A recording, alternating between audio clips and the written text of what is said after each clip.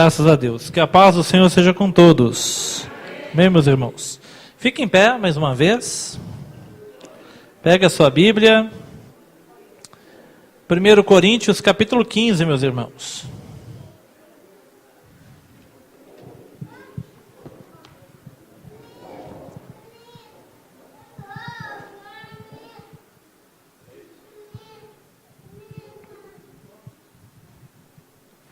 Primeiro Coríntios, capítulo 15, versículo 1, a seguir, está escrito assim. 1 Coríntios, não é segundo não, irmãos. 1 Coríntios, capítulo 15, verso 1 a seguir. Irmãos, venho lembrar-vos o evangelho que vos anunciei, o qual recebestes, e no qual ainda perseverais. Por ele também sois salvos, se retiverdes a palavra tal qual vô-la preguei, a menos que tenhais crido em vão. Antes de tudo, vos entreguei o que também recebi, que Cristo morreu pelos nossos pecados, segundo as Escrituras, e que foi sepultado e ressuscitou ao terceiro dia, segundo as Escrituras. Amém? Os irmãos podem sentar, por favor. Deixa a Bíblia aberta, fecha os seus olhos e agradeça. Senhor Deus e Pai, eu te agradeço pelo Evangelho, pela Palavra de Deus. Eu te agradeço, Senhor, porque nós temos essa chance, essa oportunidade. E aqui estamos, ó Pai. Fale conosco, tenha total liberdade de operar em nós. Espírito de Deus, nos leve para mais próximo do nosso Senhor Jesus. Amém. Irmãos, tem outro texto também que eu gostaria de ler com os irmãos, para os irmãos pelo menos. Não precisa abrir agora, mas apenas escute Judas, versículo 3 e versículo 4. Judas, verso 3 e 4. Amados, quando empregava toda diligência em escrever-vos acerca da nossa comum salvação, foi que me senti obrigado a corresponder-me convosco, exortando-vos a batalhardes diligentemente pela fé, que uma vez por todas foi entregue aos santos. Pois certos indivíduos se introduziram com dissimulação, os quais, desde muito, foram antecipadamente pronunciados para esta condenação, homens ímpios, que transformaram em libertinagem a graça de nosso Deus e negam o nosso único soberano e Senhor, Jesus Cristo. Amém? Irmãos, eu gostaria, nessa noite, de estar partilhando com os irmãos os 5 pilares da Reforma Protestante, os 5 princípios da Reforma Protestante, ou as 5 solas, né, em latim. Sola é somente, só. Ok, meus irmãos? No dia 31 agora, que foi na sexta-feira, a Reforma Protestante completou 497 anos, 497 anos que aconteceu a Reforma Protestante, que deu origem às igrejas protestantes e evangélicas, como a nossa, da qual nós pertencemos. Não sei porquê, né? As igrejas como a Assembleia de Deus, elas não comentam muito, não lembram tanto do dia, pelo menos não dá tanta ênfase, né? Como as igrejas batista, presbiteriana, né? Luterana, evidentemente, que lembra do fato. Mas o certo é, irmãos, que nós devemos lembrar, nós devemos saber, nós somos protestantes. Por quê, irmãos? Por que nós somos protestantes? Né? Claro que antes de sermos protestantes, somos cristãos. Se eu comentar alguma coisa aqui da Igreja Católica, alguém achar depreciativo, lembre-se que nós estamos falando de um fato que já aconteceu há quase 500 anos atrás. Amém? Bom, irmãos, o fato é, né, a Reforma Protestante, para quem não se lembra, ela aconteceu, o marco dela é o dia 31 de outubro de 1517. Então o que aconteceu? Um padre chamado Martinho Lutero, ele começou a estudar o livro de Romanos, ele dava aula, professor, né, de teologia, formado em teologia e em artes, professor. Ele estava na Alemanha, que não era ainda esse nome, né, era o Império Germânico. E mesmo sendo padre, ele começou a questionar algumas coisas, algumas doutrinas, e ele gostaria de debater isso. E no dia 31 de outubro de 1517, ele pregou na porta da igreja do castelo de Wittenberg 95 teses, 95 pensamentos, ideias, para que fosse discutido isso na igreja, né? Só que, evidentemente, ele não foi aceito, né? E depois ele acabou sendo excomungado da igreja, e aí deu o início às igrejas protestantes, até porque o Lutero nunca perdeu a fé, mas não tinha outra igreja para ele ir, né? Foi excomungado da igreja católica, não tinha outra igreja, só tinha outra igreja no Oriente, que era a igreja ortodoxa grega, mas só na Europa ocidental só existia igreja católica. Então, aqueles que seguiam Lutero, que concordavam com as ideias de Lutero, deram início a um outro movimento cristão, continuaram cultuando e buscando a Deus, e a reforma ela surgiu, graças a Deus, estamos nós aqui hoje, inclusive com liberdade cristã. Só que a ideia do Lutero, irmãos, nunca foi formar uma nova igreja, por isso que a palavra é reforma, né? O pastor aqui está fazendo uma reforma, né? Tá pintando, então. Ele não está demolindo para construir outra, né? Está reformando. Reforma é isso, né? Você pinta as paredes, você troca o piso, né? Você não precisa derrubar para reconstruir, senão já não é reforma, você está fazendo uma casa nova. A ideia do Lutero não era fazer uma igreja nova. Isso aconteceu, mas não era para acontecer. O que o Lutero queria era a reforma da igreja. Ele queria que a igreja católica voltasse a alguns princípios que ela havia vivido já séculos antes. Ele queria que a igreja católica deixasse de praticar algumas coisas que inclusive hoje não pratica mais. É claro que existem católicos ferrenhos, que são aversos ao Lutero, que diz inclusive que as igrejas evangélicas surgiram por uma ordem do diabo. Mas, irmãos, né, eu fiz o meu trabalho de faculdade, meu TCC da faculdade sobre o Martinho Lutero, e a maioria dos livros eu encontrei numa editora católica, né, ali na Sé, né. Eu tenho livros de teologia que são escritos por católicos, que falam muito bem do Lutero, porque perceberam que o Lutero queria melhorar a igreja, né? A ideia dele não é acabar com a igreja, ele queria melhorar o povo de Deus. Amém? Mas aí nós chegamos no que chegamos, até porque o homem, né? O homem é terrível, né? Muita gente age por interesse próprio, mas a ideia era reformar a igreja. E há quem diga que hoje nós precisamos de uma nova reforma, mas hoje não tem uma igreja só, né? Hoje são várias igrejas. Nós precisamos de um avivamento. Precisamos na nossa vida de um avivamento.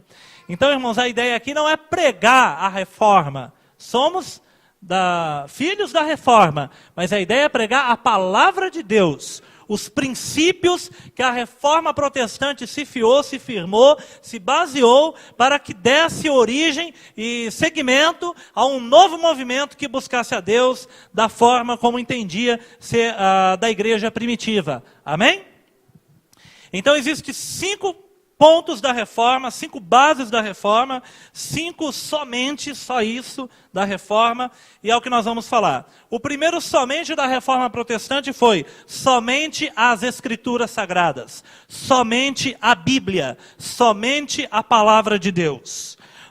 Em 2 Timóteo, o sermão, irmãos, é temático e nós precisamos aí procurar alguns textos. Amém? 2 Timóteo está escrito assim no capítulo 3, versículo 16. 2 Timóteo 3,16. Toda a escritura é inspirada por Deus e útil para o ensino, para a repreensão, para a correção, para a educação na justiça, a fim de que o homem de Deus seja perfeito e perfeitamente habilitado para toda boa obra. Eu gostaria que você fizesse um exame com a licença do pastor, né? Mas se o pastor não der, isso é de Deus, irmãos. Se você não concordar com esses 5 pontos, você está na igreja errada e no lugar errado. Se você no final da pregação, você dizer eu não concordo com alguma coisa, daí você está no lugar errado. Primeiro ponto, somente a palavra de Deus. Somente as escrituras.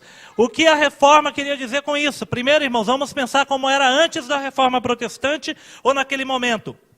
Naquele momento, a Bíblia, ela só estava escrita em latim. né? Havia, claro, as versões em grego e hebraico do Antigo Testamento. Mas a Bíblia usada, ela estava em latim.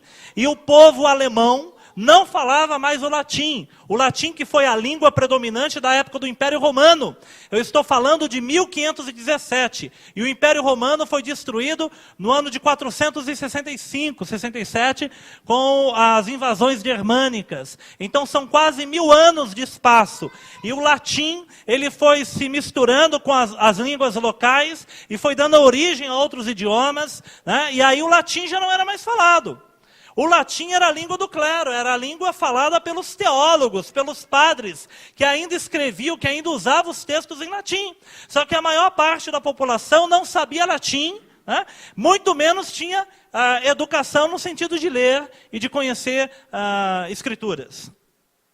As pessoas iam na igreja e o padre lia a Bíblia em latim.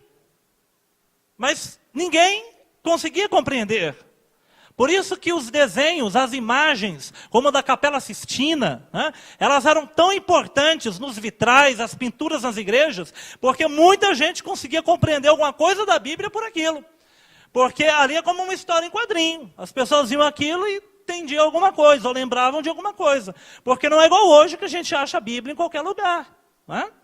Até porque naquela época, irmãos, antes a imprensa ela surge mais ou menos na época do Lutero. Né? Então antes do Lutero, não que foi ele que fez isso, mas antes do Lutero um livro era feito à mão. Então era muito caro e muito difícil. E além de ser feito à mão, estava em latim. O que o Lutero ele dizia? O povo tem que ter a Bíblia na sua língua. O povo tem que ter a Bíblia na sua língua, no alemão, ou se fosse nós em português. Somente a Bíblia. O povo de Deus precisa estar com a Bíblia. O povo de Deus precisa ter a palavra de Deus.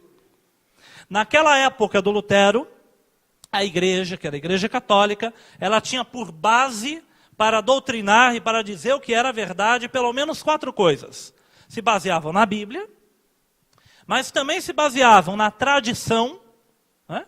A tradição da igreja nesses 1500 anos, pensando naquela época, o que foi ficando como costume, nos concílios, que eram as reuniões de bispos, de teólogos, e discutiam e formavam doutrinas, e na autoridade papal. Nessas 4 coisas. Então, mesmo que algum ensinamento não constasse na Bíblia, mas fosse ensinamento do Papa, fosse ensinamento de um concílio ou da tradição, a igreja aceitava.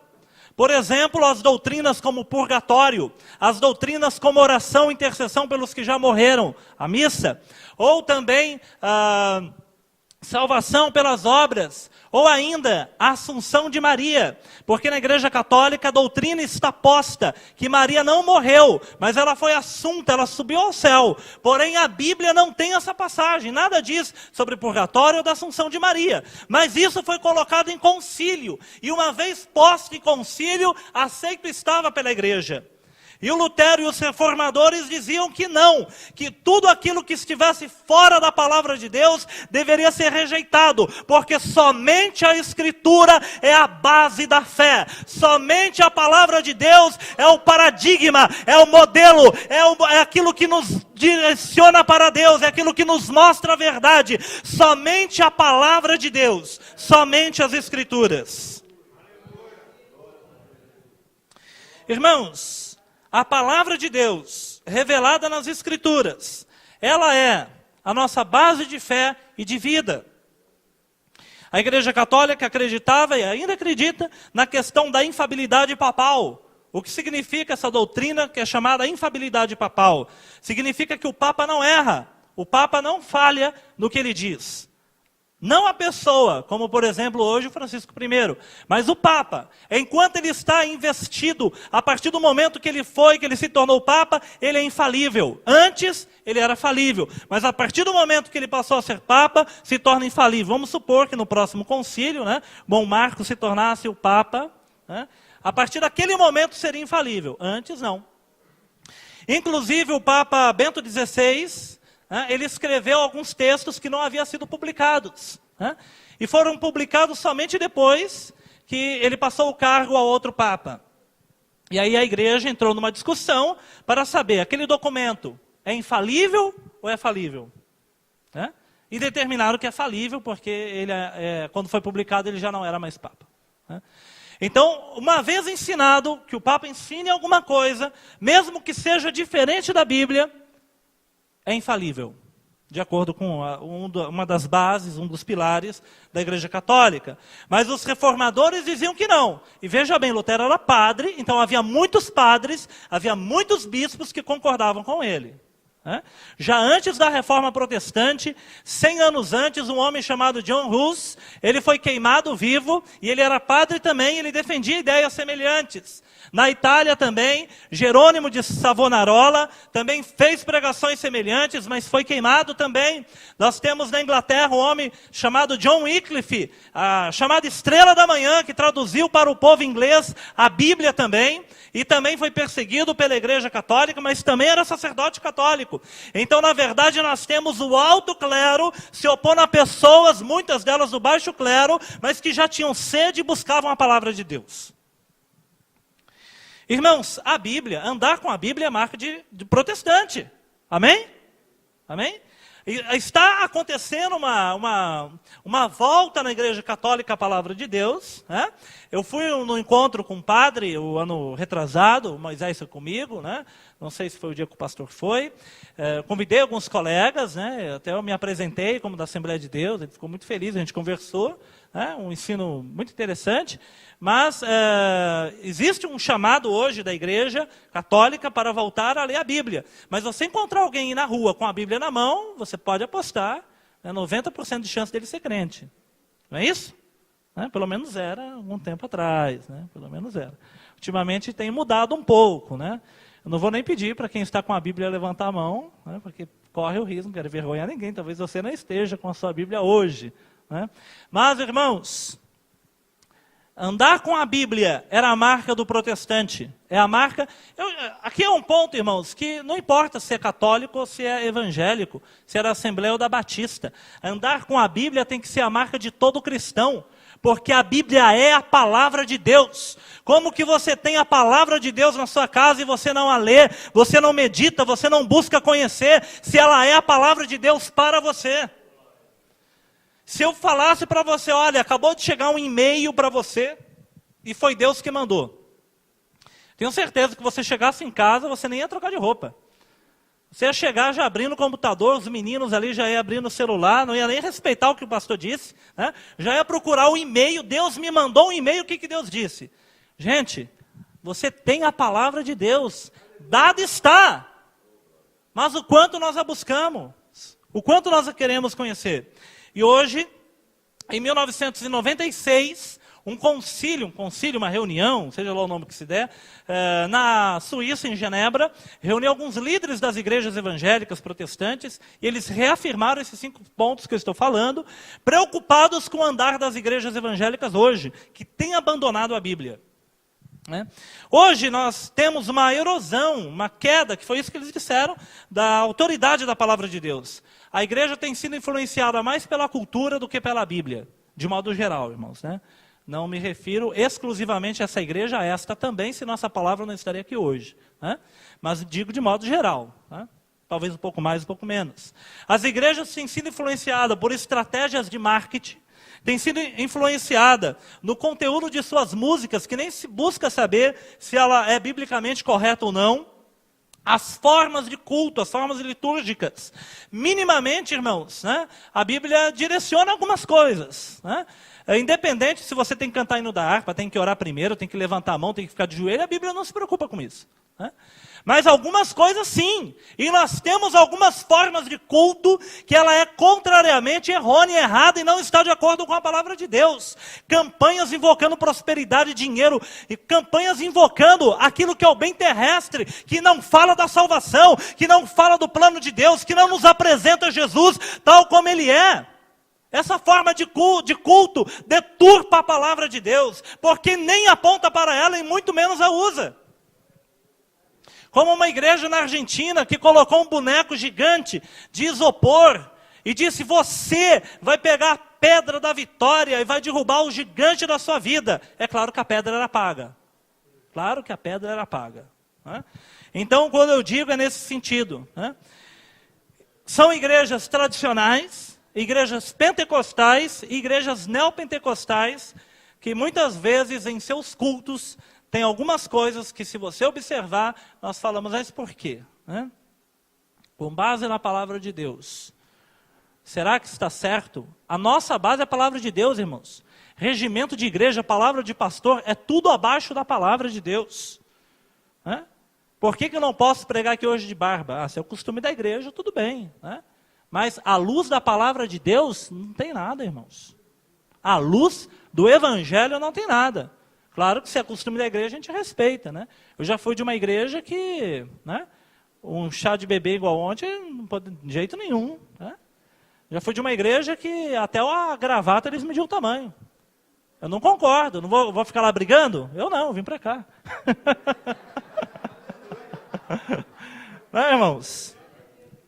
Mas fato é, irmãos, que de Bíblia isso não tem nada, irmãos. Onde a Bíblia fala que a gravata tem tantos centímetros, nem gravata tinha.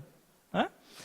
Irmãos, o espírito do capitalismo na igreja, sermões que nada tem de Bíblia, pessoas que vão pregar e nem mencionam a Bíblia. Aliás, lê um versículo, ela fala 50 minutos, 1 hora que seja. Se você parar para ouvir, ela não comenta nada da Bíblia. Ela conta da vida, ela conta disso, ela conta daquilo. Ela conta uma ilustração, ela conta uma história. Ela fala glória a Deus, ela fala aleluia, ela fala em língua estranha para aumentar o tempo. Mas nada de Bíblia. Vazio de Bíblia. Então, somente a palavra de Deus. Esse é o primeiro ponto da reforma protestante. Segundo ponto, somente Cristo. Somente Cristo. Em 1 Timóteo, capítulo 2, versículo 5, está escrito assim. 1 Timóteo 2,5. Porquanto há um só Deus e um só mediador entre Deus e os homens, Cristo Jesus, homem. João capítulo 14, versículo 6, disse Jesus, eu sou o caminho, a verdade e a vida, ninguém vem ao Pai a não ser por mim. Segundo ponto da reforma, somente Cristo. Porque antes da reforma, Maria e os santos concorriam com Jesus em paralelo, talvez dando-se a mesma ênfase. Não é à toa que recentemente aquele padre cantor, Fábio de Mello, ele mesmo chegou a dizer para os católicos tomarem cuidado para não priorizarem tanto Maria e esquecerem de Jesus. Né? Depois foi até reprimido pelo que ele disse. Né? Teve que se justificar, explicar, mas ele está certo. Né? Você quer olhar a vida do apóstolo, a vida de Maria, a vida do pastor, né? A vida de alguém assim que você entenda que seja uma pessoa de fé, pode olhar a vida dele como paradigma, como exemplo, como modelo. Né? Mas adoração, oração, busca e devoção, somente Cristo.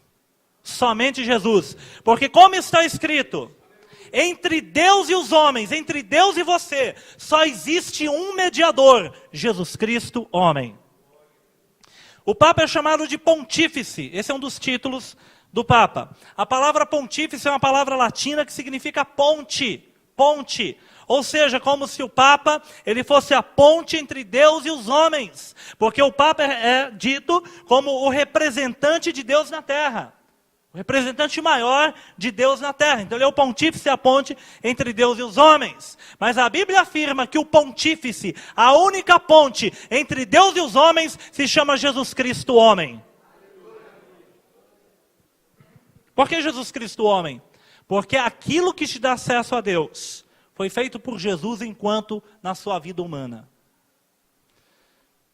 É só ilustração, mas verdade é que Jesus na cruz, crucificadas, é como se que com uma mão segurasse a sua e com a outra mão segurasse a de Deus, e isso nos torna o contato entre Deus e os homens. É como se você jamais tivesse acesso a Deus, mas quando você toca em Jesus, ele toca em Deus e nós temos a conexão feita. Jesus Cristo, homem, porque é a morte dele na cruz que nos compra perdão e redenção. Na cruz está manifesto, como tem um hino da harpa que lembra isso, né? E a Bíblia também. Na cruz estão unidos a justiça e o amor. Imagine que Deus, por justiça, ele tenha que punir os pecadores. seus pecados, as suas falhas te condenam. As suas falhas, os seus erros, pedem a condenação. Mas ao mesmo tempo, Deus te ama e Deus quer te salvar. Como resolver o problema? Jesus na cruz cumpre a justiça de Deus, porque Ele é castigado pelos nossos pecados. E Jesus na cruz cumpre ou nos traz o amor de Deus, porque somos perdoados dos nossos pecados. Então somente Cristo, somente Jesus é aquele que pode transformar a nossa vida. Como disse o profeta Isaías no capítulo 53, versículo 4 e 5, Ele carregou sobre si os nossos pecados, as nossas enfermidades. E diz o texto que o castigo que nos traz a paz estava sobre Ele. Olha só, Ele é castigado e nós temos paz. Não existe outro. Não existe um papa, um pastor, um apóstolo, nem mesmo Maria, nenhum desses que foi castigado para que você tenha paz. O único que sofreu castigo, que permite que o seu coração seja pacificado diante de Deus e dos homens, é a pessoa do Senhor Jesus. Somente Cristo. E aí perguntamos, somos uma igreja cristocêntrica? Somos cristocêntricos? Cristo está no centro da nossa vida? É claro que todos vão dizer que sim. Mas como é que a gente prova isso, irmãos? Como a gente vai provar isso? Eu não consigo ver, o pastor não consegue ver, mas você vai responder para você mesmo. O quanto você busca Cristo? Quanto você busca conhecê-lo? Mais e mais. Eu passo o dia orando. Se você passa o dia todo orando apenas, está errado. Está errado. Pare de orar. Jejum 5 vezes por semana. Se você só jejua, está errado. Pare de jejuar. Você deve orar, deve jejuar, mas acima de tudo tem que ler a Bíblia. João capítulo 5, versículo 39, Jesus disse: examinai as Escrituras e cuidais de ter nela a vida eterna, porque são elas que de mim testificam. São elas que de mim testificam. Para conhecer Jesus, não é através de visões e arrebatamento, de sonhos, de louvores, de orações e de jejuns, mas é através do conhecimento da palavra de Deus. Porque tudo que está fora da palavra de Deus não se refere à pessoa de Cristo, mas aquilo que pode ser dito por alguém, mas estiver de acordo com a palavra de Deus, aceitável é. Por isso que eu fiz questão de ler para os irmãos o texto de 1 Coríntios capítulo 15, quando Paulo diz: irmãos, eu venho vos lembrar o evangelho que vos anuncieis. E ele diz: porque se vocês estão perseverando no evangelho, sois salvos, se vocês ainda acreditam, se ainda têm fé. Porque ele diz: porque eu vos entreguei o que eu recebi. Não é outro evangelho, mas é o que eu recebi. E o que eu ensino, que Cristo morreu pelos nossos pecados, foi segundo as Escrituras. E que Ele ressuscitou, foi segundo as Escrituras. Por isso que Paulo ensina também em Gálatas: ainda que apareça um anjo, ou mesmo eu, e vos pregue outro evangelho, maldito seja. Você quer conhecer melhor Jesus? Leia a palavra de Deus. Não só o que Jesus disse, mas como Ele agia, como Ele tratava as pessoas, como Ele perdoava, como Ele orava, como Ele jejuava, como Ele tratava a oposição, aqueles que o perseguiam, como que Ele lidava com a sua própria família, como Ele fazia a obra de Deus. Perceba quem é Jesus na palavra de Deus. E ore, sim, ore, para que Deus te dê iluminação e força para você viver de acordo com o Evangelho. E jejue, sim, jejue, meditando na palavra de Deus. E cante, sim, cante mais louvores para adoração, depois que você compreende melhor quem é aquele a qual você está dedicando o seu louvor. Mas não há como conhecer Jesus fora das Escrituras. Esse Jesus é estranho. Terceiro ponto e quarto, os quais eu vou falar juntos, devido à sua conexão e o tempo. Terceiro ponto da reforma protestante: somente a graça. E quarto ponto: somente a fé.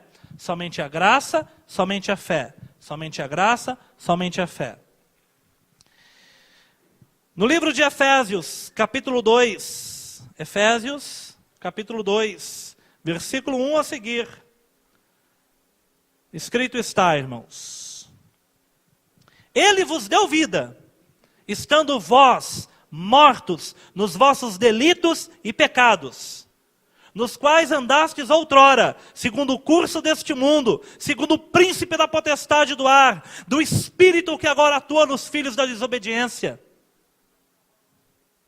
entre os quais também todos nós andamos outrora, segundo as inclinações da nossa carne, fazendo a vontade da carne e dos pensamentos, e éramos por natureza, filhos da ira, como também os demais. Mas, verso 4, mas Deus, sendo rico em misericórdia, por causa do grande amor com que nos amou, estando nós mortos em nossos delitos, nos deu vida juntamente com Cristo. Pela graça sois salvos, e juntamente com Ele nos ressuscitou, e nos fez assentar nos lugares celestiais em Cristo, para mostrar nos séculos vindouros a suprema riqueza da sua graça, em bondade para conosco em Cristo Jesus, porque pela graça sois salvos mediante a fé, e isto não vem de vós, é dom de Deus, e não das obras, para que ninguém se glorie.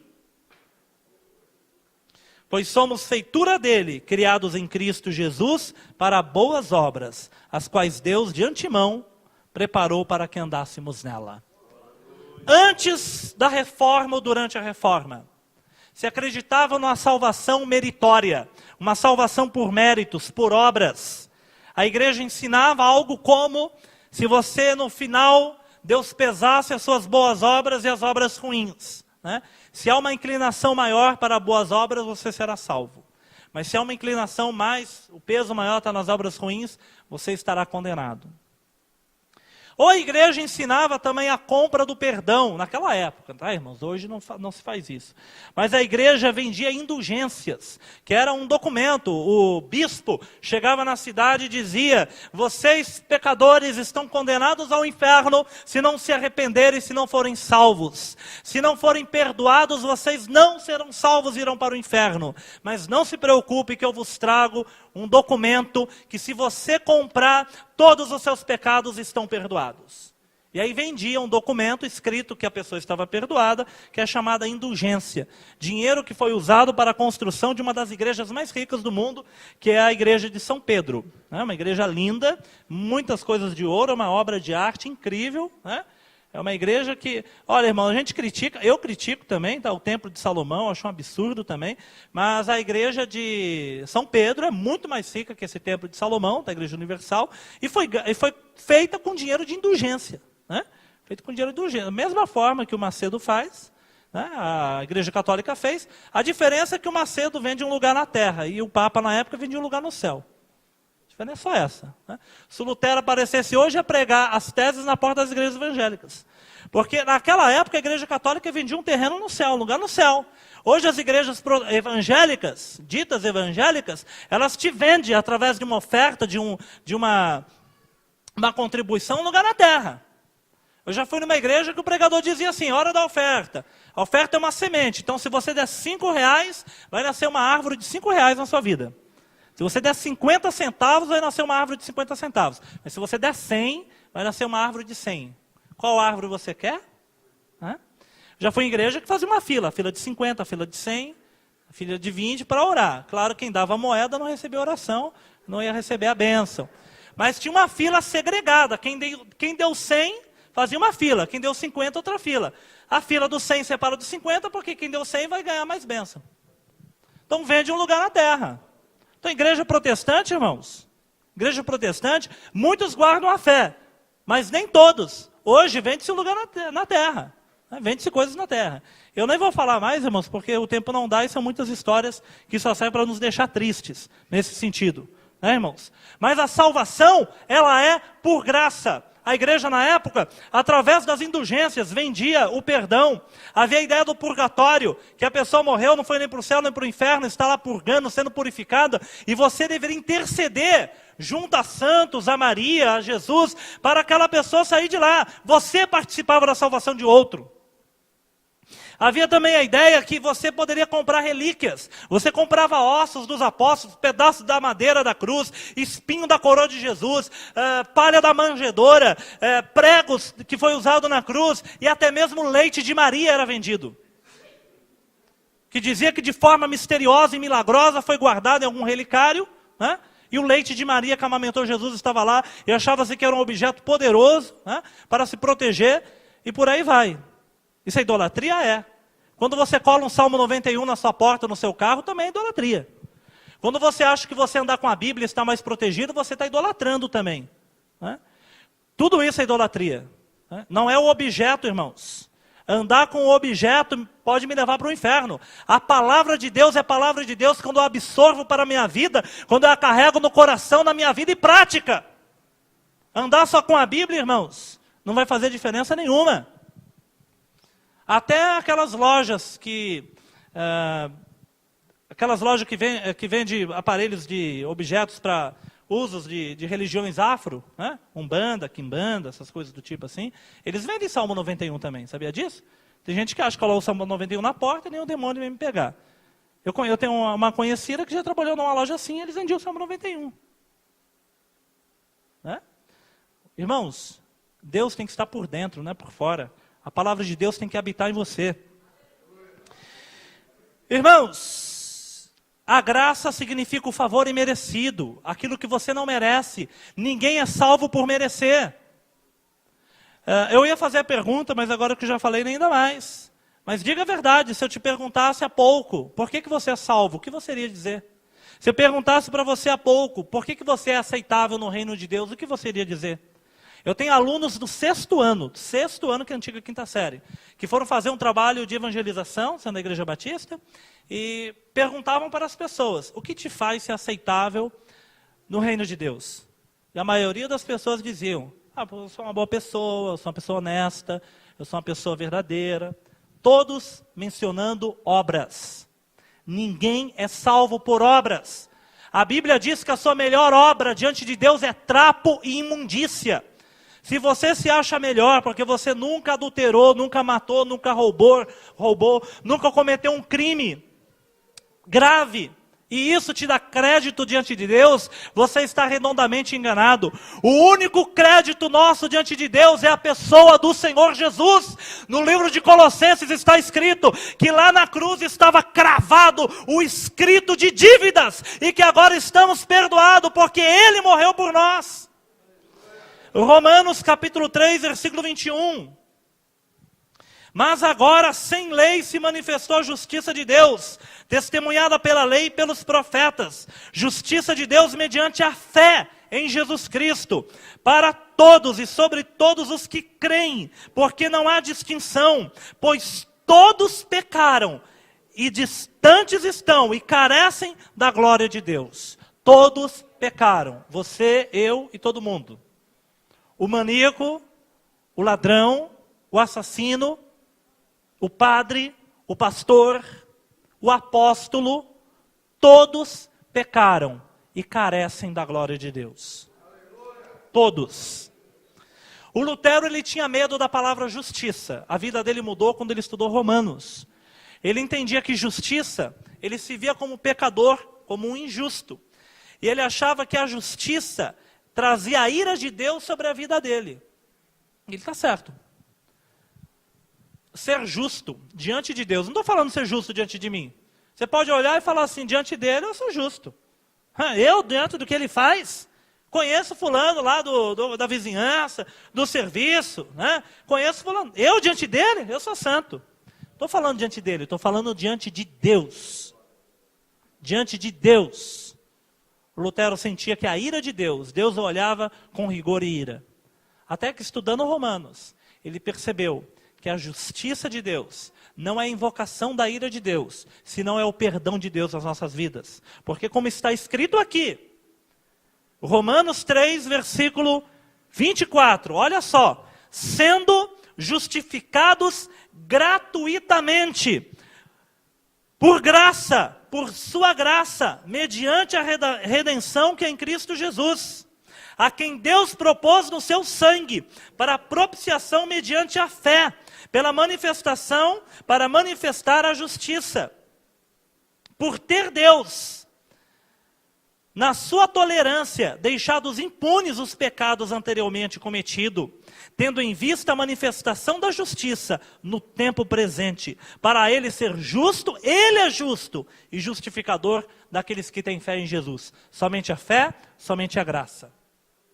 O que o texto está dizendo, irmãos, é que se você tem fé em Jesus, você é pecador, mas a sua fé em Jesus, Deus, ele é o justificador, ele te transforma em justo. Não é pelo que você fez, porque você nem teria capacidade para isso. Não é pelas suas obras, não é porque você é melhor, mas é porque Jesus é melhor. É pelo que Jesus fez. Sem Jesus, Deus te olha como que nu, do jeito que você é.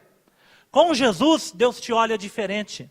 Se você tem fé na pessoa de Jesus, é como se Jesus fosse um óculos, que Deus coloca para te ver, e Ele te vê através de Jesus, e aí Ele te vê justo, e aí Ele te vê santo, e aí Ele te vê sem pecados. Mas longe de Jesus, você está descoberto, você está sob a ira de Deus, como está escrito no livro de Efésios, éramos por natureza filhos da ira, éramos por natureza, mas agora Deus nos deu vida em Cristo Jesus.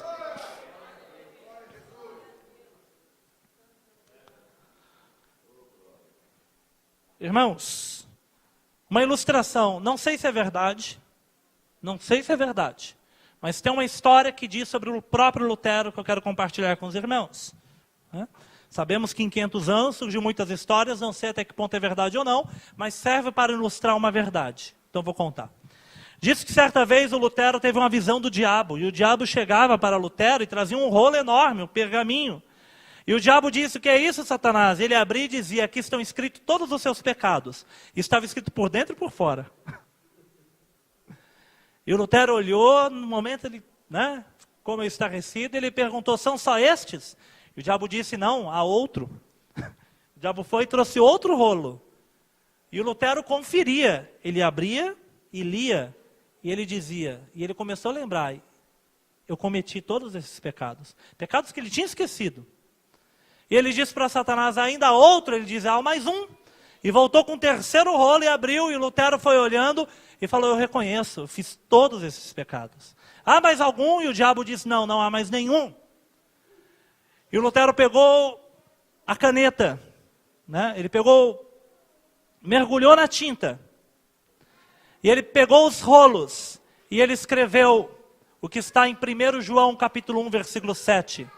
Mas o sangue de Jesus Cristo, seu Filho, nos purifica de todo pecado. Mas o sangue de Jesus Cristo, seu Filho, nos purifica de todo pecado. E o diabo decepcionado foi embora. De forma, irmãos, que não importa o tanto de pecados que você tenha, mas o sangue de Jesus nos purifica de todo. Eu disse todo. Eu não, a Bíblia diz que é todo pecado. E o último ponto é somente a Deus toda a glória. Último ponto, somente a Deus toda a glória. Infelizmente não haverá tempo para falar deste, mas Jesus disse em João 17,4 para Deus, Jesus disse: eu te glorifiquei na terra. Eu te glorifiquei na terra, consumando a obra que me confiaste. 1 Coríntios 10,30 está escrito: quer comais, quer bebais, tudo façais para a glória de Deus. Mateus 5,16, escuta esse que é para terminar, Mateus 5,16. Assim, brilhe a vossa luz diante dos homens, para que vejam as vossas boas obras e glorifiquem a vosso Pai que está nos céus. Último ponto da reforma, somente a Deus toda a glória. Nós vivemos para glorificar a Deus. Tem igrejas que já vivem para fazer show, para fazer entretenimento, para discutir. Todas as vezes, irmãos, todas as falhas das igrejas é porque as pessoas se afastaram de fazer a vontade de Deus e buscaram satisfazer o seu próprio ego. Todas as brigas entre grupos, entre obreiros, todas as repartições, a maioria dos casos são pessoas buscando satisfazer o seu próprio ego e não fazer a glória de Deus. Que tudo aquilo que nós estejamos fazendo seja para glorificar a Deus. Em Mateus 5,16, Jesus ensina que as nossas obras, se forem visíveis aos homens, eles vão glorificar não a nós pelas nossas obras, mas eles vão ver a diferença na nossa vida e vão glorificar a Deus, a quem é devido toda a glória. O Apocalipse 5,13 está escrito que aquele que está no trono e ao Cordeiro, a ele seja a majestade, a honra e a glória e o louvor pelo século dos séculos. Então, irmão, somente a Bíblia, somente Cristo, somente a fé, somente a graça e somente a Deus a glória. Se você concorda com esses pontos, reformado está. E mais que reformado, irmãos, você está na Bíblia, irmãos. Não foi inventado pelo Lutero. Falei alguns versículos, não todos. Isso é Bíblia para a nossa vida. Amém? Vamos orar, irmãos? Fiquem de pé.